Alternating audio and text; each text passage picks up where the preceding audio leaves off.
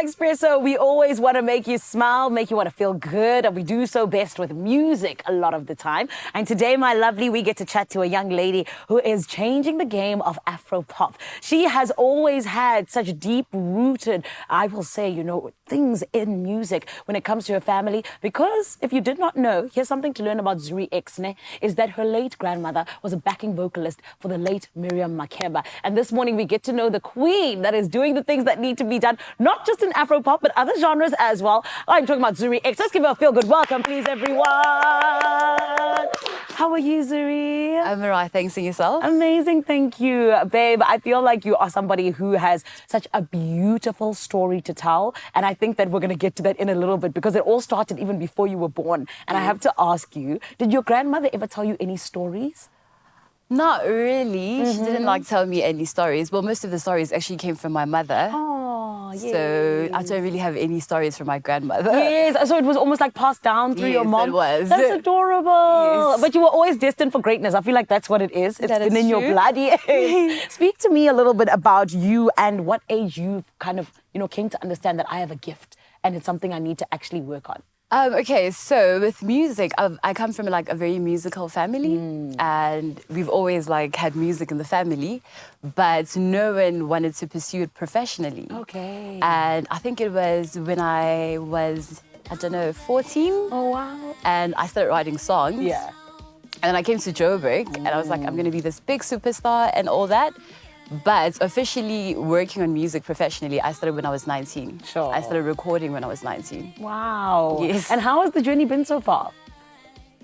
Stressful. Of course, yes, I get that. Stressful, Yeah. expensive, frustrating. Yeah. But I am happy to be here right now, I love finally. that. Yes, and I can imagine it's fulfilling because you're working on this thing that is your gift, right? Yes, and to be here, to speak about midnight thoughts and have midnight thoughts as a reality is the most amazing thing ever. I love it. And of course, you are someone who dabbles in different genres, but particularly Afro pop, as well as Bacardi Amapiano. Yes. Why those two genres? Okay, so with Amapiano and Bacardi, I wanted to have something that was authentic to South Africa. Yeah. And then, mostly I'd like to think of myself as an Afropop artist, meaning all these genres combined. But I'm looking into working with techno music. Love that. So that should be probably my next album. I love that. And your sound is very techno. That's what it's giving sometimes. Yes. I like that. Yes. Now talk to me about what you just mentioned, Midnight Thoughts, your baby. What is it about? And when people listen to it, what should they expect? Okay, so Midnight Thoughts is exactly as the title says, Midnight Thoughts. It's a rendition of my Midnight Thoughts. Sure. People should expect a different types of genres. So from your R&B to your Amapiano to your hip hop. Wow. Because Midnight Thoughts is actually an experimental project. Love that. I wanted to dabble in a lot of genres, but in one project. Yeah. So that's Midnight Thoughts. I love it. Yes. And how long did it take you to work on the EP? 4 years. Yeah, 4 years, because I started working on Midnight Thoughts 2021. Love that. Yes. And the reason I say I love it is because sometimes people like to rush processes and rush things.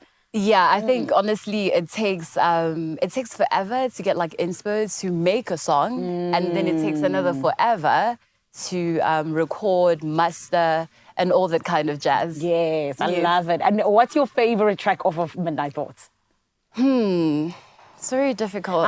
Give us one, Zuri. Please. Okay, so I think it would be Revolution. Okay. Okay, Love Letter, but Revolution. Okay, I love it. And there is a little bit of a revolution happening with ZhuriX at the moment. So this is why I want to ask you, what can people expect from you in the future as we end off 2024, but going into 2025 as well? All right, so they should expect another album. They should expect more performances. Come on. I actually look forward to working with more artists in the future.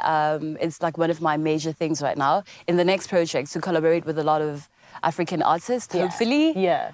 They should expect a lot of madness. Oh, a madness. I like that. I like that. Yes. And when you say a lot of artists, you need to name them, babe. I promise you, this is like a manifesting. Oh, okay. Who do you want to work with? Okay. In South Africa, it would be Kamu. Ooh. Love her.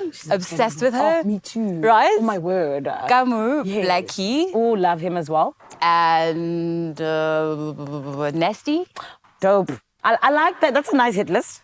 That's a nice hit list. Okay. in South Africa. Yes. And in Africa, it would have to be Omale. Oh, I knew you were going to say that. Everyone How wants to did you work know with that? Because he's amazing. Everybody wants to work with him. Yes. So yes, Omale, Ira Star. Love her. Love her. Sure. What's her name again? Who? Oh, yes, Tyler, of Yeah, course. right. Tyler, but then she's South African. Yes, in South Africa, Tyler. Yes. But what's her name again? Libianca? Oh, yeah, she's incredible. Love her so much. Would love to work with her. Girl, you see, like I said, manifesting arena. When you say things on Expresso, they come true. So I can't wait for all of those collaborations. All right. Her name is ZhuriX. She's not going anywhere. A beautiful family. No, she's going to be blowing us away with her gorgeous vocals. And trust me, it is going to make your morning. Right about now, though, Ewan is doing the things that need to be done in Cape Teasy. Hi, my Ewan.